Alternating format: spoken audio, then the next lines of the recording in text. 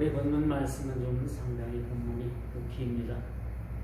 우리 요한일서 2장 17절에서 18절에서 마지막 29절의 말씀을 가지고서 적그리스도의 출현이라는 그런 말씀의 제목입니다.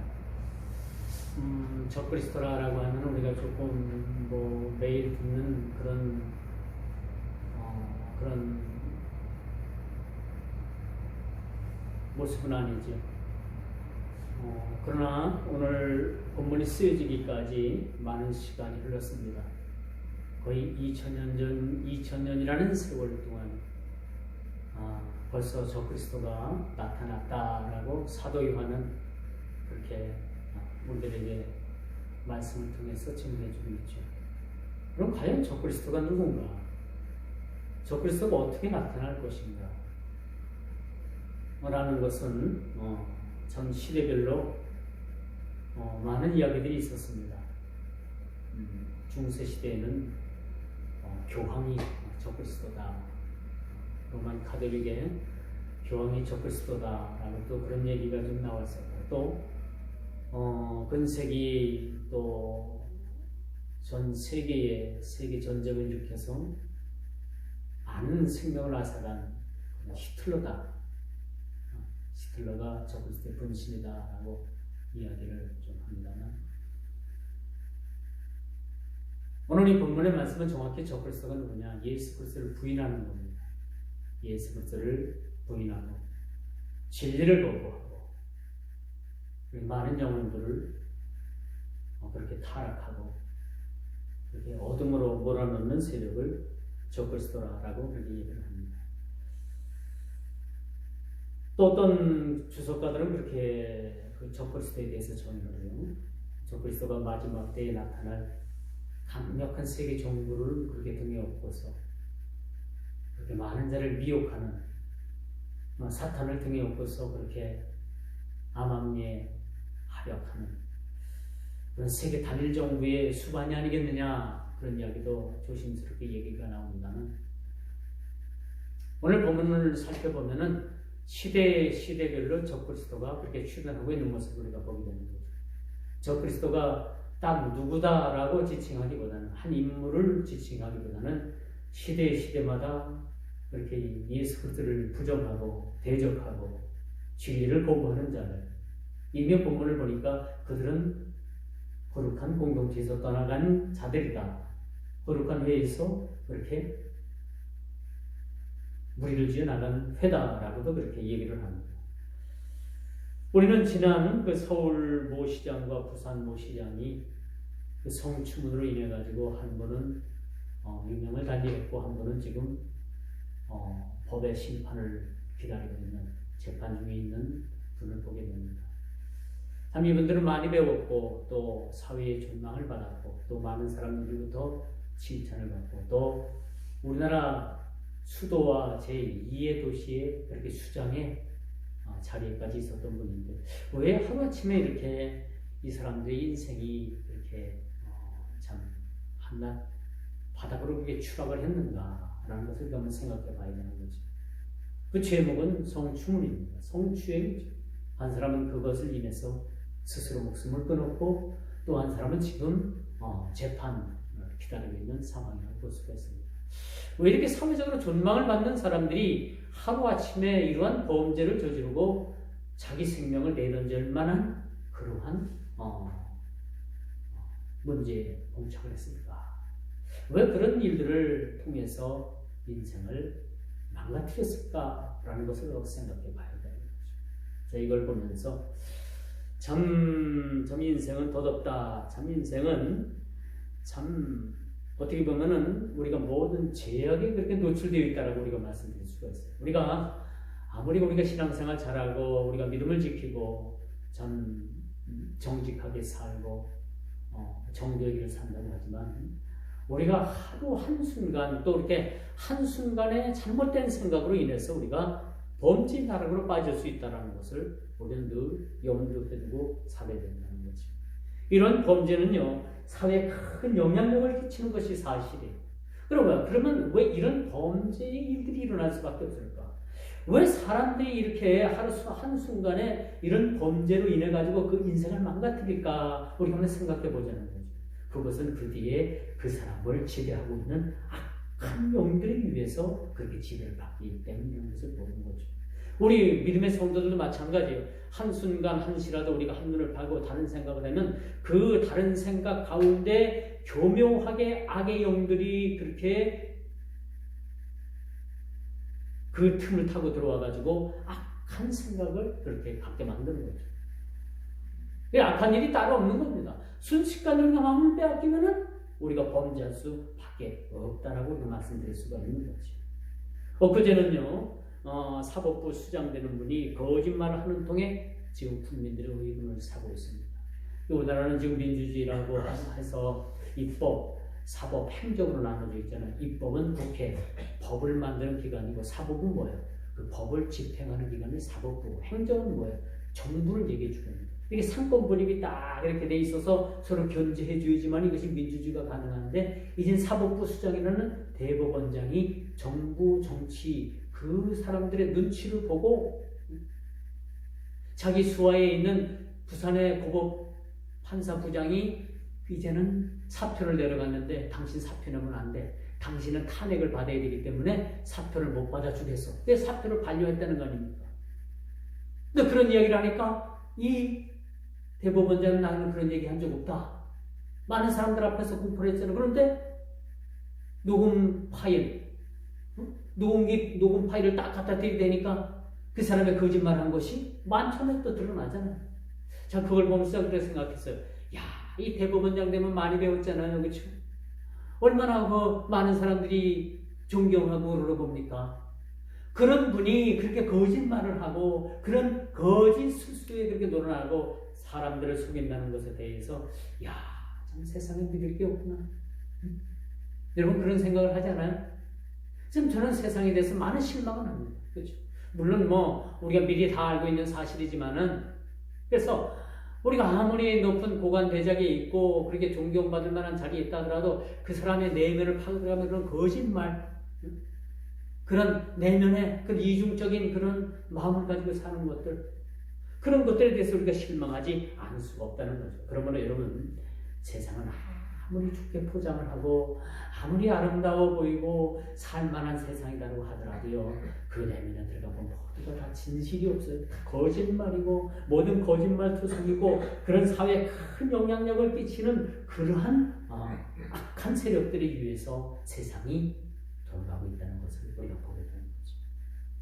그러나 우리가 한 가지 그래도 우리가 낙망하지 않는 것은 그래도 오늘날 많은 교회들이 깨어있는 교회들이 있기 때문에 오늘날 그래도 하나님의 말씀대로 깨어있고 그래도 교회가 진리를 외치고 그 어두운 세상을 향해서 빛을 환히 드러내는 교회들이 있고 여러분들이 있기 때문에 아직은 그래도 세상은 희망이 있다라고 저는 생각을 하게 되는 것이죠.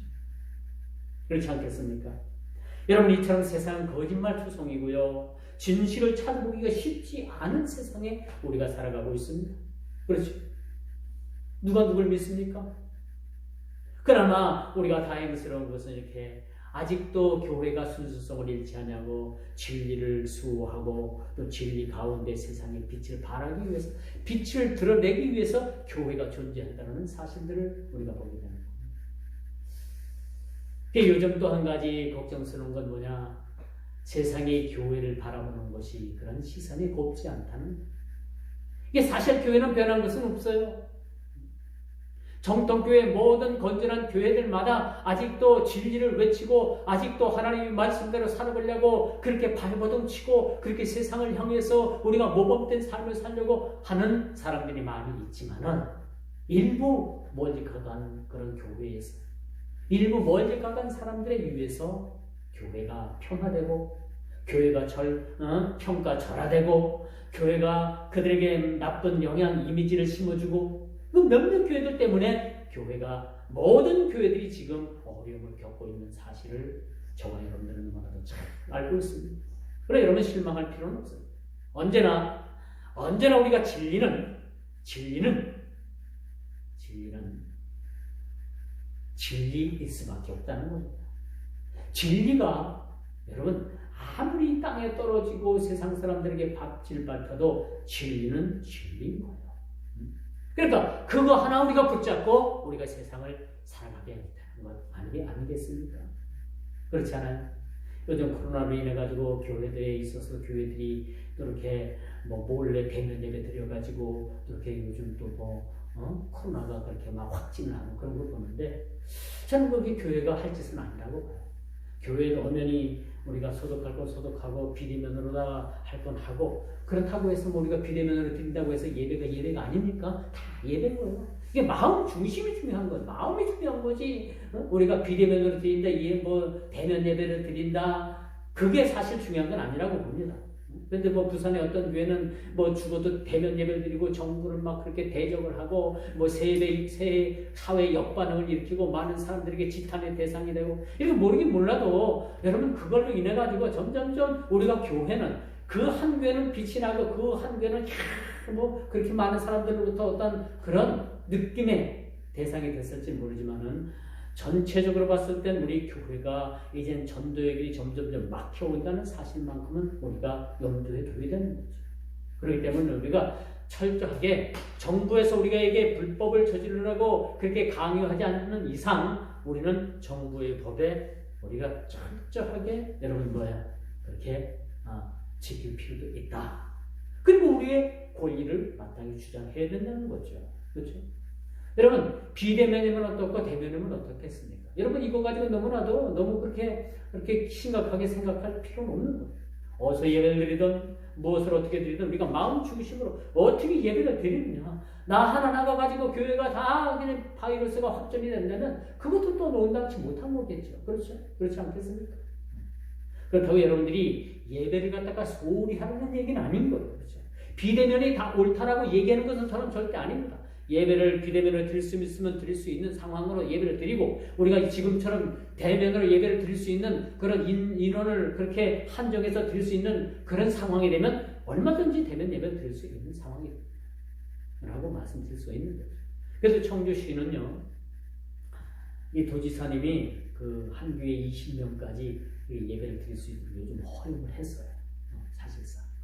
그래서 우리가 이거를 잘 이렇게 이런 허용한 범위 내에서 잘 우리가 예배를 드리는 것도 하나님께서 주신 지혜라고 우리가 생각을 하는 거죠. 자, 이 본문으로 다시 돌아갈게요. 거짓말하고 죽이고 싸움질하는 것은 악한 영들에 의해서 지배를 받는다는 것만큼은 여러분들이 알아야 돼요. 여러분들이 가정에서 막 가족 간에 막 싸우고 분란 일으키고 하는 건요, 여러분들이 어떤 감정이나 어떤 이권 개입이나 그런 걸 위해서 싸운다고 생각을 하지만 절대 그렇지 않아요. 가정이나 여러분 어떤 직장이나 어떤 단체에서 싸움이 일어나는 것은 그 뒤에는 반드시 악한 영들에 의해서 그렇게 사람들이 서로 이간하게 하고 서로 싸움하게 하고 서로 대적하게 하고 이런 일들은 다 어디서 일어났냐? 사탄 마귀가 뒤에서 조정을 한다는 거죠. 그렇다고 여러분들이 사탄 마귀라는 얘기는 절대 아닙니다. 그건 아니고 우리의 마음을 그들이 빼앗아가는 악한 영들이 빼앗아가는 거죠. 이젠 적그리스도들이 나타나가지고 우리의 마음을 훔쳐가는 교묘히 침투합니다. 그리고 많은 사람들을 그렇게 타락의 길로 그냥 이끄는 모습들을 보게 되는 거죠. 어떤 사람이 술을 보냈대요. 근데 이 사람은 교회를 다니니까 술을 먹지 않는다는 거죠. 아니다, 그게 아니고 어떤 시골에 목사님이 부임을 했는데 그 목사님이 이제 마을에 이제 뭐 회의도 있고 해서 가서 인사를 한 거 아니에요, 그렇죠?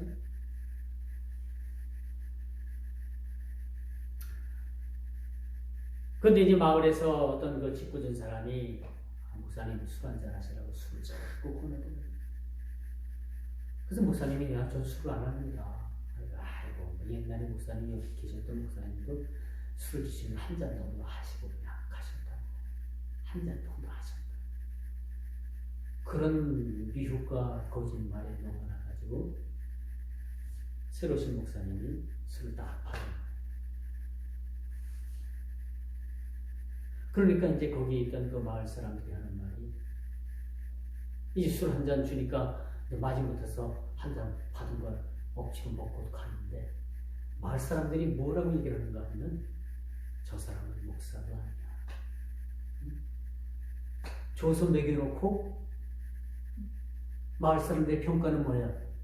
저 사람은 목사도 아니야. 뭐 한 겁니까? 시험한 거예요. 진짜 목사인가 아닌가? 목사들은 술을 안 먹는 데는데 진짜 먹는가 안 먹는가?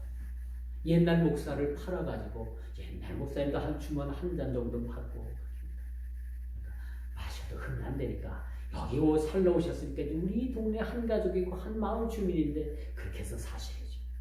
거기 미혹에는 뭐가 한 거예요? 그리고 술 한 잔마다 받아서 마셨어. 그리고 돌아갔습니다.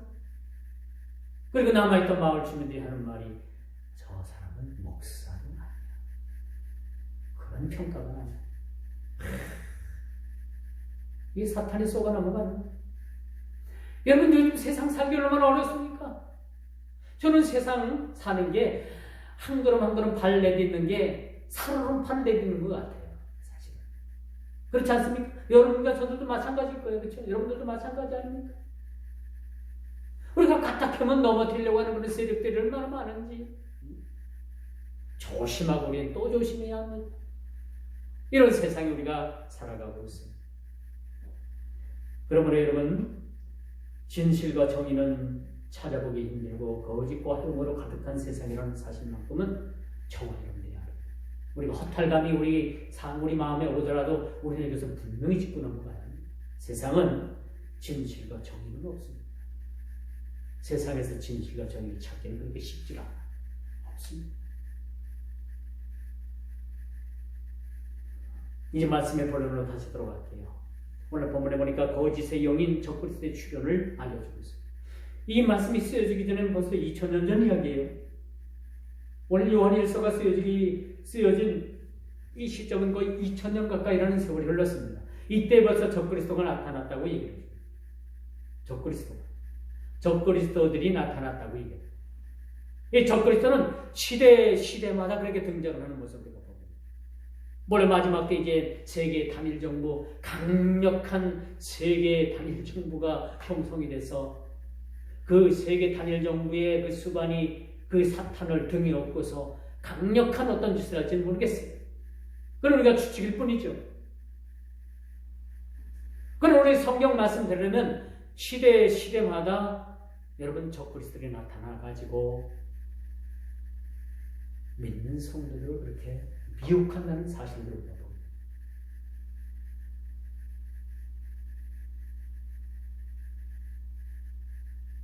수많은 사람들이 시대별로 많은 사람들이 그렇게 미혹에 넘어가서 그 미혹에 빠져 결국은 신앙을 잃어버린 사람들이 많이 있다는 사실들 여러분 꼭 기억을 해야 할 겁니다. 우리는 이 마지막 시대를 살아가고 있어요. 저와 여러분들은 마지막 시대에 살아가고 있습니다.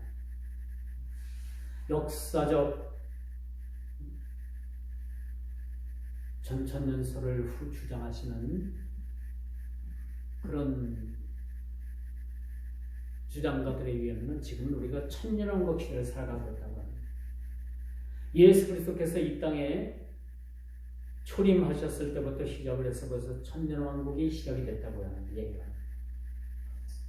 여러분 우리가 성경을 세대별로 나눌 필요는 없겠지만은 성경의 세대를 구분하게 되면 아브라함부터 아담과 하와로부터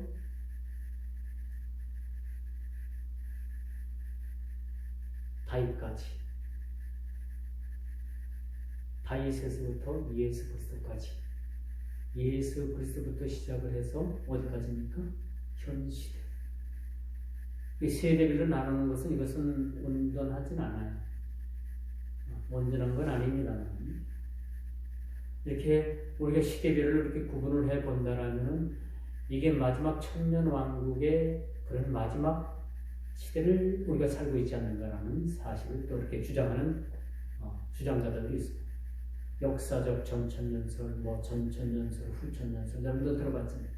예수님께서 오셔서 천년왕국을 다시 재림하셔서 천년왕국을 이루신다는 주장이고 이미 예수님께서 초림의 이 땅에 오셔가지고 그분이 오셔서 초림하신 기점을 통해서 천년왕국이 이루어지고 지금 천년왕국이 이루어져서 마지막 단계에 와 있다는 그런 주장들.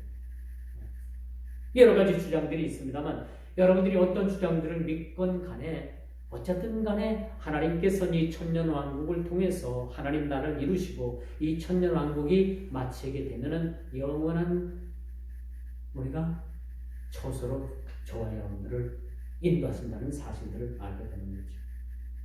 그러나 우리가 분명한 것은 이런 시대에도 불구하고 여러분 이 마지막 시대를 살고 있는 저들에게 이미 적그리스도는 이 땅에 출현했다는 사실들을 우리는 늘 염두에 두고 살아야 됩니다.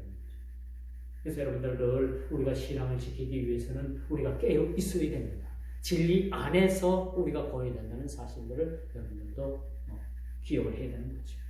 이 적그리스도의 세력은 이제 거대한 힘과 거짓과 강력한 힘으로 교회를 대적할 것입니다. 교회를 대적한다는 것은 바로 저와 여러분들을 대적하는 그 무리들이 이미 나타났고 이미 활동을 했고 이미 그들은 많은 그런 덫을 깔아놓고 지금 기다리고 있다는 사실들을 보게 되는 거죠. 그렇다면 과연 적그리스도가 누군가? 제가 초대도 말씀을 드렸습니다만 로만 가톨릭의 교황이다. 그 세계 전쟁을 일으켜서 수많은 사람들을 죽인 그런 히틀러다. 그렇게 이야기를 하고 있습니다만 여러분이 분명한 것은 적그리스도는 이제 우리 삶 가운데 이제 깊숙이 개입해가지고 우리의 삶을 무너뜨릴 뿐만 아니라 우리가 진리의 말씀대로 살고 믿음의 삶을 믿음의 생활을 하고 우리가 신앙이 살아가는 것조차도 이젠 방해할 그러한 큰 집단으로 우리에게 지금 활동하고 있다는 사실들을 여러분 염두에 둬요. 여러분 이제 국회에서 지금 그 성소수자를 위한 특별법이 지금 국회에 개중해 있는 거 아니에요? 남녀 차별, 차별 금지법이 이게 국회에서 통과가 되고 이제 법으로 법제화되고 공포가 되면 저와 여러분들이 앞으로 전도도 못합니다. 제가 강단에서 예수 그리스도, 예수님만이 유일한 우리에게 구원자가 되시고 그분만이 우리가 믿어 구원에 이르게 된다는 그런 이야기를 하면 제가 잡혀가요. 그 법이 통과가 되면 그렇게 된다는 얘기예요. 아직도 이제 우리가 기독교와 지금 교회와 지금 국회에서 지금 계류 중에 있는 이 법이 지금 싸우고 있어요. 이게 통과만 됐다면 이제 한국 교회는 진짜 큰 이제 어려움을 이제 우리가 생명을 내놓지 않으면 우리가 신앙을 지키지 못할 그런 상황까지 올 수도 있다는 거죠. 평등법이라는 게 뭐예요? 평등법이라는 것이 예수 그리스도만이 구원의 구주가 되신다는 그 사실을 그렇게 얘기해서는 안 된다는 거예요. 세상에서도 착한 일 하면 구원받을 수 있고 불교를 다녀도 구원받을 수 있고 그렇게 모두를 얘기하지만 그것이 평등하다는 거예요. 무섭죠? 이런 세상에 우리가 살아가고 있습니다. 요즘 좌우 이념의 대립으로 인해서 국민들이 완전히 양극화됐어요. 좌파냐 우파냐 이제 너무나도 심각한 깊은 골이 생겼습니다. 이거 우리가 여러분 어떻게 이것을 화합할 수 있겠습니까? 나라도 조그만한 나라, 미국의 일개주만도 못한 나라예요. 우리나라는. 미국의 일개주가 우리나라보다도 한반도보다도 더 커요. 이런 나라를 형성하고 있는데 우리나라는 진짜 지구상에서 코딱지만한 그런 나라에도 불구하고 좌파다 우파다 가지고 지금 심각한 그런 정치적인 대립이 있지 않습니까? 이뿐이겠습니까? 이제 또 다른 형태의 모습으로 교회가 세상의 원망의 대상거리로 지금 전락하고 있다는 사실 여러분들 잘 기억을 해요. 어쩌다 교회가 이제 세상 사람들에게 이렇게 원망이 되어 가고 있는가라는 사실에 대해서 우리가 심히 안타깝게 생각하고 심각하게 우리가 받아들여야 되는 거죠. 과거 우리가 주일학교 다니고 어릴 때만 해도 교회 가면 뭔가가 세상에 없는 것을 교회 가면 우리가 얻을 수 있었고요. 그렇죠? 그런데 이제는 세상이 너무나도 그냥 모든 것이 구비가 되고 모든 것이 교회보다 앞서 가다 보니까 이제는 세상에 교회가 필요치 않다는 거예요. 한국 조선 기독교가 들어와가지고 가장 먼저 교회가 들어와서 선교사들이 들어와서 한 일이 뭔지 압니까? 학교를 세우고 병원을 세웠지 않습니까? 그런데 세브란스나 이화학당이나 다 이거 기독교 미션 스쿨이에요. 근데 지금은 어떻게 돼요? 전부 다 이제 그런 미션 스쿨이나 이 기독교 재단 병원이라는 그러한 모습을 퇴색해야 돼요. 그런 모습이 없어지고 이제는 세상이 교회를 원망의 대상으로 보는 그런 심각한 그러한 처지에 있다는 겁니다. 이런 분위기가 다 어디서 올까요? 이런 분위기를 조장하는 일이 다 어디서 올까요? 뒤에는 어둠의 세력들이 이렇게 교회를 폄하하고 어둠의 세력들이 이런 세력들을 그렇게 막 그 안쪽 덩어리를 막 만들어가지고 교회에 침투를 시키고 오늘날 교회를 혼란스럽게 만들게 되느냐? 바로 천사를 가장을 한 어둠의 세력들이 행하는 일이라는 사실들을 여러분들 기억을 하시길 바랍니다.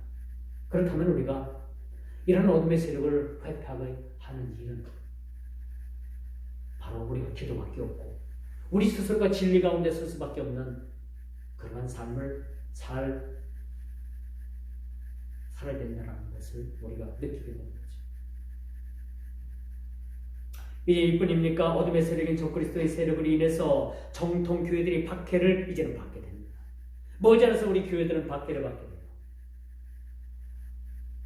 어려움에 처하게 될 것이에요. 앞으로 전도도 그렇게 쉽지 않겠습니다. 전도도 그렇게 쉽지 않을 거예요. 여러분 차별금지법이 여러분 실행이 되면 전도 못합니다.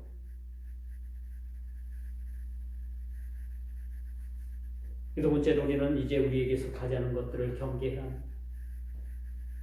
오늘 본문은 뭘 그렇게 주된 말씀으로 쓰여지고 있어요? 이미 적그리스도는 출현을 했다고 말해줘요. 적그리스도들이 출현을 했다고 말해주고 있죠. 시대별로 적그리스도는 이미 세상에 나타났습니다. 이미 그들은 파당을 지어서 교회를 떠났습니다. 여러분 오늘날 이 교회를 폄하하고 교회를 어렵게 하고 교회에 대해서 막 굉장한 그런 공격을 하는 자들을 보니까 과거에 다 교회를 한두 번씩 나갔던 자들이 많아요. 놀랍죠? 교회를 모르는 사람들은 교회를 핍박 못합니다. 그렇잖아요? 뭔가 알아야지 핍박을 하고 뭔가 알아야지 뭐 공격을 해야 될까. 그런데 오늘날 교회를 공격하고 이 정통 교회를 공격을 하고 넘어뜨리려고 하는 이 세력들이 누구냐? 기존의 교회를 한두 번씩 다 나가고 기독교는 뭔가 교회란 뭔가 이 교회에 대해서 어느 정도 알고 있는 자들이 이제 나가서 그들이 반대 세력으로 형성돼서 오늘날 교회를 공격하고 있는 모습을 여러분 알고 계십니까? 놀랍죠? 사탄은 이렇게 믿는 자를 타락시켜서 그들을 깃배해서 그들을 조종을 해서 오늘날 정통 교회 기독교를 공격을 하고 그렇게 넘어뜨리려고 하는 일들을 서슴지 않고 있다는 사실을 보게 되는 거죠. 오늘 본문에 보니까 그들은 이미 파당을 지어서 떠났다라고 얘기해주고 있어요. 마지막 때가 되면 여러분 교회 안에서도 많은 사람들이 믿음에서 떠나서 예수 그리스도를 대적하고 진리에서 떠난다는 사실들을 여러분 기억을 해야 됩니다. 우리가 끝까지 표대를 붙잡고 끝까지 우리가 견뎌야 될 이유가 바로 여기에 있는 수많은 사람들이 진리에서 떠나고 수많은 사람들에서 믿음에서 떠나고 수많은 사람들이 그 공동체에서 떠나는 모습들을 예수 그리스도께서 이미 얘기를 했다는 사실. 성경은 이미 이 사실에 대해서 얘기하고 있다는 사실을 기억해야 합니다. 이래요. 이제 어둠의 세력들은 이 무리들은 양의 탈을 쓰고 교회를 넘어뜨리기 위해서 가만히 들어와 어리석은 자를 미혹하듯 한 사람 한 사람들을 타락시키기 위해서 혈안이 되어 있다는 사실도 여러분들이 기억을 해야 되겠죠. 자, 이제 많은 사람들이 적그리스도의 미혹을 받을 뿐만 아니라 진리에서 떠나가게 될 것입니다. 그러므로 우리는 깨어있어야 합니다. 진리 안에 거해야 합니다. 오늘 본문에 보니까 너희는 거룩한 기름 부음 받은 자들이라고 오늘 본문에 말씀해주고 있죠. 이 말씀을 함부로 쓰진 않아요. 이 말을 함부로 하지 않습니다. 왜? 구약 시대에는 기름 부음을 받는 자들이 누구냐? 왕, 제사장, 선지자, 이 사람들만이 기름 부음을 받은 사람들이었던 거예요.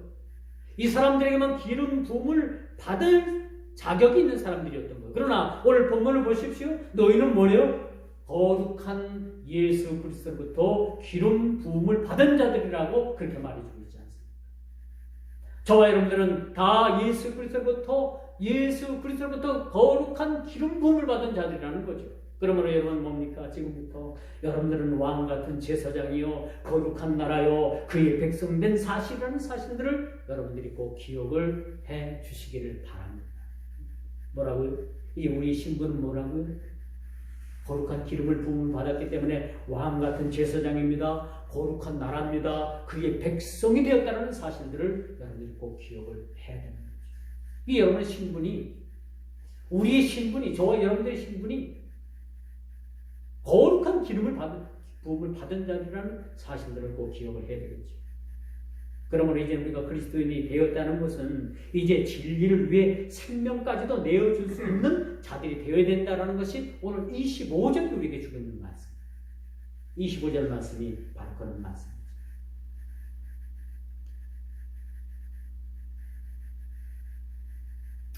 마지막 세 번째, 거짓말하는 혀를 우리는 조심해야 합니다. 이제 많은 사람들이 요즘요, 시대가 어려워지고, 그러니까 많은 사람들이 속고 속이고, 여러분 가끔 보면 여러분 제 휴대폰에도 얼마나 많은 사기꾼들이 그런 사기 메일을 보내고, 사기 문자를 보내고, 그렇죠? 스팸 메일을 보내고, 보이스피싱, 그런 국제전화도 뭐 여러분 걸려오고, 이제 여러분들이 이 정도 찍으면 아 이게 사기 문자다, 보이스피싱이다, 이제 여러분들이 알 거예요. 얼마나 여러분 요즘 거짓말하는 혀들이 늘어나는데 이제 때가 가면 갈수록 여러분 제가 초대도 말씀을 드렸잖아요. 시장 대법관 뭐 할 것 없이 사회에서 존망받을 만한, 존경받을 만한 사람들까지 다 거짓말들을 하잖아요. 그렇죠? 다 거짓말이나 이 성춤으로 인해 가지고 그 막 우수수 자기들 생명까지도 다 그냥 내놓아야 될 그런 형편까지 몰려치지 않았습니까? 그러므로 여러분 마지막 때는 이 거짓말하는 혀를 여러분들이 조심. 아담과 하와를 타락시키기 위해서 뱀은요 얼마나 달콤한 말로 아담과 하와를 찾아와서 그렇게 그 달콤한 말로 미혹하는지 압니까? 사탕이 뭐예요? 얼마나 달아요, 사탕. 옛날에 그 알사탕, 큼직한 5원짜리 눈가 사탕, 이거 잘못 먹다 기도 막히면 죽어, 그죠? 큼직한 그런 알사탕도 눈가 사탕이라고 했죠, 옛날에. 얼마나 달콤합니까, 사탕이? 근데 여러분, 이 뱀의 혀를 가진 이 거짓말하는 자들이 이 혀의 달콤함이 꼭 사탕 같다는 거예요. 그렇게 단 거 같이 사탕 발림으로 미혹을 한다는 사실들을 여러분 알고 계십니까? 이런 사탕 발림에 여러분 끼어 있어야 돼요. 구별할 줄 알아야 되는 거죠.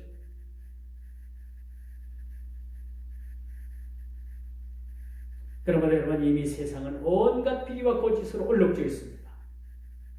많은 선량한 사람들을 상대로 거짓말하는 것은 일도 아닙니다. 거짓말하는 사람들이 옛날에 사기꾼이라고 했고 뭐 많지 않았는데 지금은 뭐예요? 입만 열면 거짓말하는 사람들이 너무나도 많이 있어요. 우리 주변에. 그렇지 않습니까? 그나마 다행스러운 것은 우리 그리스도인들은 그래도 거짓말하진 않잖아요. 저와 여러분들은 그래도 가급적이면 거짓말하지 않고 살려고 노력하잖아요. 그렇지 않습니까?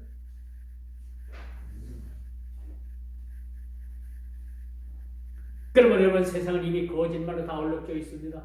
누가 누굴 믿을 거예요? 잘 분별해야 돼요, 여러분들이. 잘 분별해서 여러분들이 대처하는 능력을 가져야 됩니다. 그것이 바로 믿음입니다. 믿음은 모든 것을 판별할 수가 있어요. 믿음을 가지고.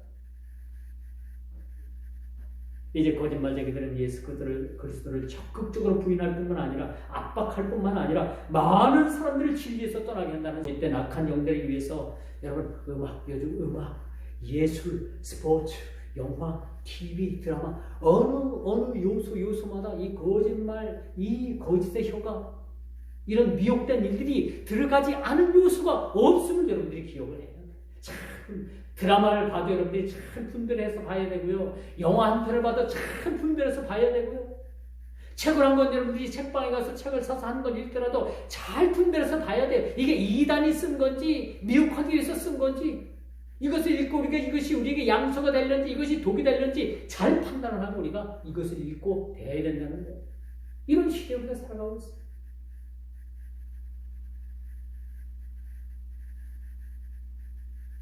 오늘 22절 말씀이 여러분 한번 보십시오. 22절 거짓말하는 자가 누구뇨?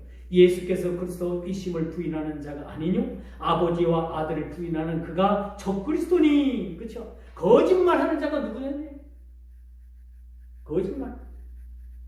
이미 세상에는 거짓말하는 이 적그리스도들이 이제는 세상에 다 출현했습니다.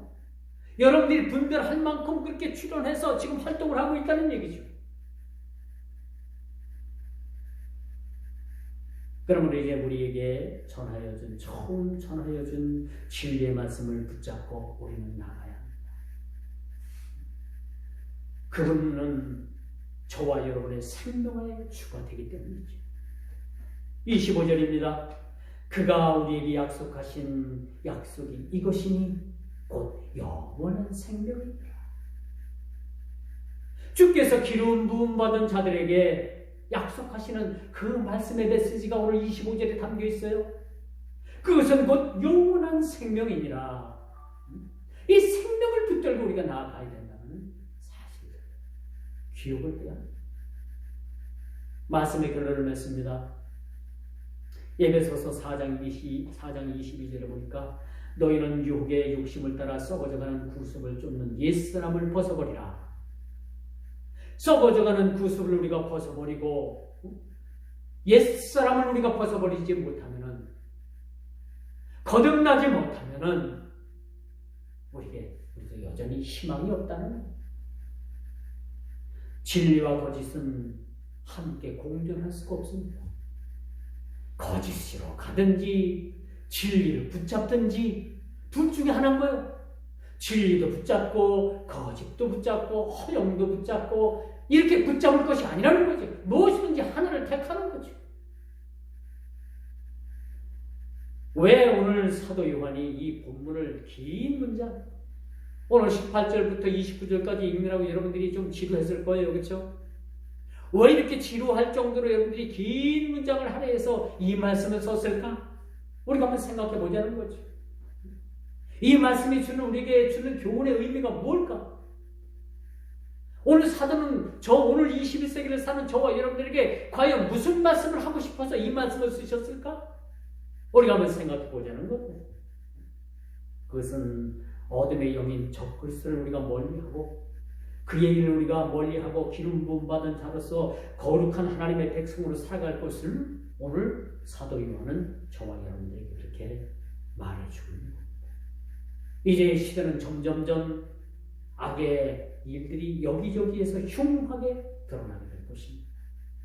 시대가 가면 갈수록 여러분, 이 악한 세력들은 점점점 이 흉한 악을 이제는 드러내게 될 거예요. 숨어서 그냥 교묘하는 것이 아니라. 여러분, 코로나 사태가 터지고 나서 한 가지 변화된 것이 있는데, 전에는 신천지들이 뒤에서 숨어서 자기네들 신분을 노출시키지 않고 몰래 했는데, 지금은 이제 자 우리 신천지다 해가지고 뛰들르고 나와가지고 이제 활동을 합니다. 이렇게 바뀌었어요. 완전히 바뀌었어요. 이런 시대에 있어요. 이제 그들은 이제 본인들 실체를 드러내고 암암리 활동이 아니라 이제 드러내놓고 보란듯이 악한 일들을 통보하고 있는 사실을 여러분 꼭 기억을 해요. 악한 영들은 에스겔서 22장 25절에서 31절에 보니까 그 가운데 선지자들의 배역함이 우는 사자와 식물을 삼킨 같도다. 이게 뭐냐면 위부터 다 타락을 하게 되는 거예요. 마지막 때가 되면요 위로부터 다 타락을 해요. 여러분 과거 구약의 백성들이 제사장부터 다 타락을 하지 않습니까? 요즘은 뉴스만 보면 부끄러운 일들이 많이 일어나. 뭐 어느 교회에 무슨 목사가 뭐 어떻게 됐다더라. 그런 얘기들이 여러분 이제 서슴지 않고 막 나와요. 여러분 이거 이상하게 생각하지 마세요. 마지막 때가 되면요 여러분 구약에 이스라엘 백성들이 제사장부터 타락을 하잖아요. 그리고 백성들이 타락을 하잖아요. 똑같아요.